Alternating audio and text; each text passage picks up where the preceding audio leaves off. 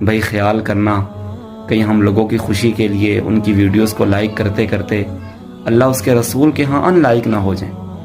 اگر ہم کسی بھی گناہ کی پوسٹ کو، کسی میوزک کو لائک کرتے ہیں یا شیئر کرتے ہیں تو اب ہم بھی اس کے ساتھ اس گناہ میں برابر کے شریک ہو گئے۔ اس کی مثال ایسے ہے کہ جیسے کوئی شخص تحریر لکھے اور نیچے 100 آدمی دستخط کر دیں تو اب یہ تحریر ایک کی نہیں رہی، اب یہ ان 100 کی تحریر۔ اس لیے اگر ہم نے کسی گناہ کی پوسٹ کو شیئر کر دیا تو اب جتنے لوگ آگے اس گناہ کو دیکھیں گے یا سنیں گے، اس میں ہم برابر کے شریک ہوں۔ مجھ سے کئی دوست شکوہ کرتے ہیں کہ آپ ہماری ویڈیوز کو لائک نہیں کرتے، تو میں کئی دفعہ جو ہے نا ان کی ویڈیوز جا کے چیک کرتا ہوں لائک کرنے کے لیے، تو وہاں مجھے سوائے گناہوں کے